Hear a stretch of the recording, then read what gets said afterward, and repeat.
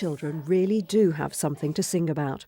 It's due to the hard work, flair and positive thinking of their school and surrounding community.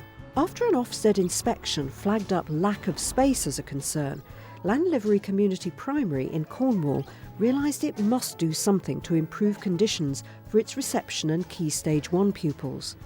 They tried various ways to make the most of their existing space, but it didn't solve the problem. What they needed was a whole new classroom. Unfortunately, they weren't eligible for a building project grant from their education authority. But this didn't deter the head and chair of governors. In fact, given the challenge, the whole community pulled together to plan, fund and build a state-of-the-art classroom. This is the story of how it was done. I'm Richard Mudge. I'm head teacher here at Lanlivery School, and Lanlivery is a small school with 2 classes. We have a Victorian building that was built in 1877, so we have one larger room and one rather small, damp classroom. However, as our numbers have grown, once we'd risen to 22 children, they were rather crammed in like sardines, and we had an additional 7 children due to enter the school, and so we had a problem. As you can see, it was very difficult teaching conditions in this classroom. We were very cramped. I was a teaching assistant at the time and working with individual children, and moving around the classroom caused a lot of problems. Clambering over children, bumping into children, constantly asking them to move. Well, I'm a chair of governors at the school, but I actually started at the school as a pupil, and when I grew up and had children of my own, I became a parent governor. And as a governor, and as a parent governor, I've always remembered problems about space within the Key Stage 1 classroom. It was flagged up eventually by the first Ofsted inspection, and we responded to that, if you like, criticism with some work to try and maximise the use of space within the school. It's a mixed age class, so it's not just reception in there. We've got Year 1 and Year 2. So being in such a small area meant that they had to work together most of the time. OK, children, who can spell they? Jessie. We decided, the governors and the staff and members of the parent group, that we needed to look at this and we needed to have better accommodation for the children. We had the option to extend the building, the existing building or room, and either upwards or outwards, and both of those options were not feasible because the building is an old Victorian building made of granite, solid granite, so it wouldn't have been possible. We looked at the possibility then of putting a building somewhere in the grounds of the school, a new building, and we looked at the option of conventional buildings, of temporary buildings, portable buildings, and we also looked at this option of timber frame, a lightweight structure that could be built very quickly. And it's actually, that was something I'd had some experience of, so that was really what we went for. The inspiration for the building, for me, came primarily from the children. I'd been asked to go up and do a session with the children with the Key Stage 1 teacher about buildings, and I took materials along and we looked at buildings and the importance of buildings not having high energy input and so on. I was amazed at how much those children knew. They're only 7-year-olds, less than 7, and they were so aware of global issues and pollution and so on. And it seemed important that we should practice what we preach. Well, luckily it was the time when devolved capital funding was being allocated to all schools. So we had some money that we could use. The funding for the project partly came through what they call matched funding, and this relied partly on monies raised through fundraising. We were able to contribute time and services, professional services, and the value of those services could be offset against the match funding bid. And we raised around £20,000 worth of either goods in kind, people offering discounts, or people doing work for nothing or for very low cost. We also borrowed some money from the county council, which was interest-free, which was great. And we had a lot of hope, really. So the school managed to raise a total of £85,000. But 10,000 of this was used for equipment and fittings, leaving actual building costs of 75,000. This would have been considerably more, perhaps up to £120,000, if they'd used conventional building techniques. Martin Penk had experience of timber frame buildings through working with his father, but they needed to recruit someone else, someone who had some professional architectural training and the necessary draftsman skills.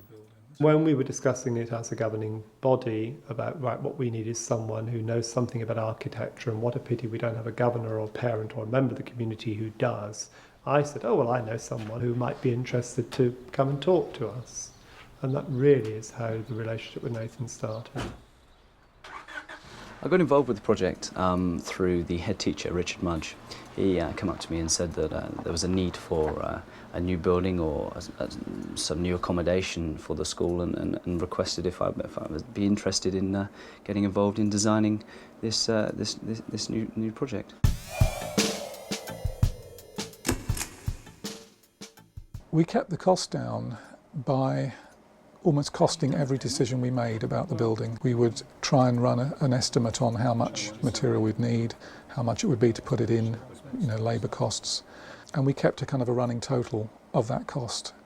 It was wrong eventually, but it wasn't a bad guide, and it also disciplined you into thinking through every decision in terms of cost. So how do you think we want to get over this one then, Martin? The building is too close to the old building, and because these areas of glass and timber... There wasn't a day that went by that I didn't start doubting that we were going to get through this and that it was going to happen, and we've got sleepless nights, and we used to just sit there until 2 o'clock sometimes working on the project. And we used to say, wouldn't it be great if this ever got built, sometimes not believing it ever would.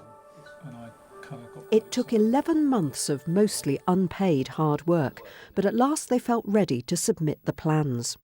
Their plans were approved, permissions received, and in February 2003 the building could actually begin.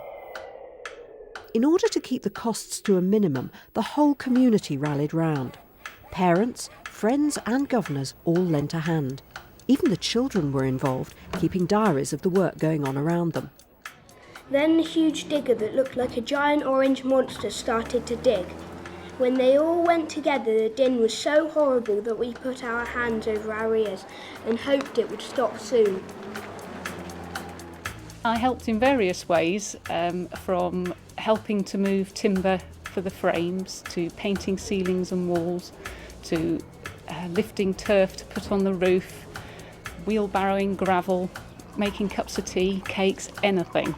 A local builder and parent, Sean Bunny, won the tender to build the new classroom. Sean had good experience from previous work of sustainable building and methods and materials. And it's interesting actually that if we'd gone down a conventional route with the building, we probably would have been looking at figures of £1,500 a square metre. As it was, we managed to build the building for £700 a square metre. And even Sean himself, since we've finished the building and even during the building, he was amazed how quickly it was produced, how cost effective it was. It's taken nearly 4 years from identifying the need to creating the reality.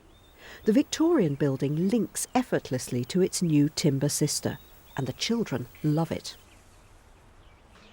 I like the new classroom because you can actually walk around without bumping into tables. I like the cedar roof. It looks cool because it's lighter and there's more windows. You can have more games out because you can have them on the tables and on the floor.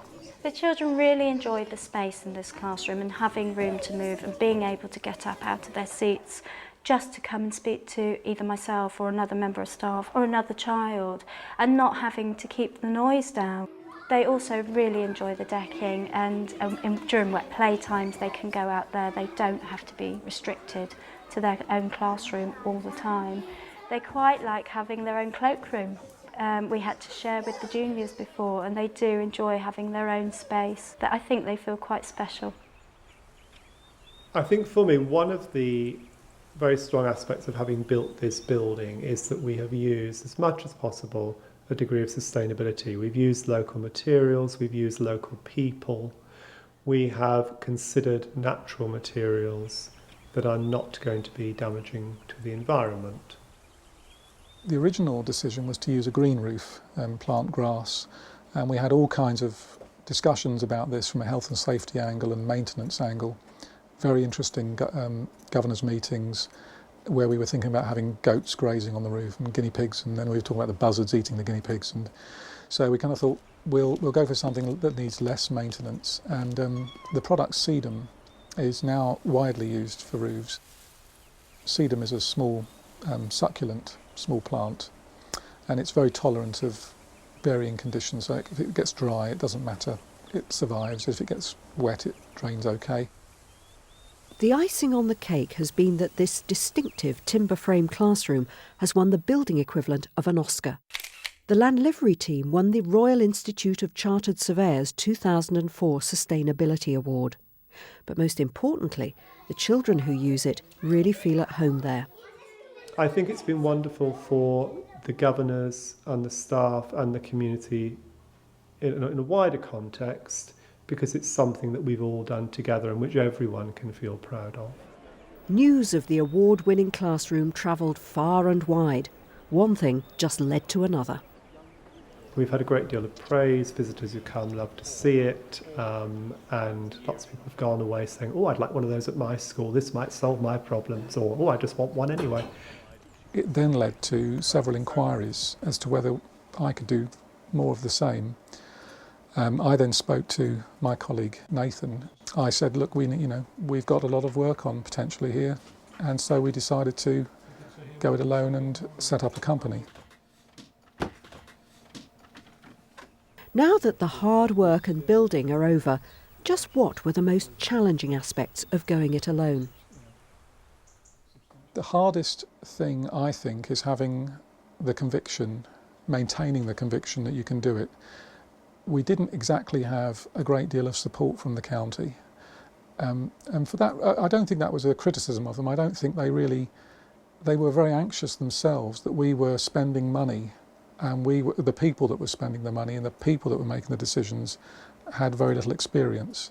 So I can understand their anxiety, but at the same time, when they're wondering why you're doing it and ask you questions that you can't answer, it starts to rattle your own confidence. So that's probably the hardest element, is to try to retain that conviction that you can do it. It was a risk. We did probably take a risk by even undertaking the project, but I think in schools we are being encouraged to take more and more risks. One of the problems is that we are often asked to take risks that we feel we don't have the knowledge and we don't have the experience and understanding to make the right choices. I think by working with Martin Penk and with someone who was still training with regard to his architecture, we felt that their enthusiasm was there, we had trust in them as individuals, and we had belief that they would want to see the project through. And luckily those things came true.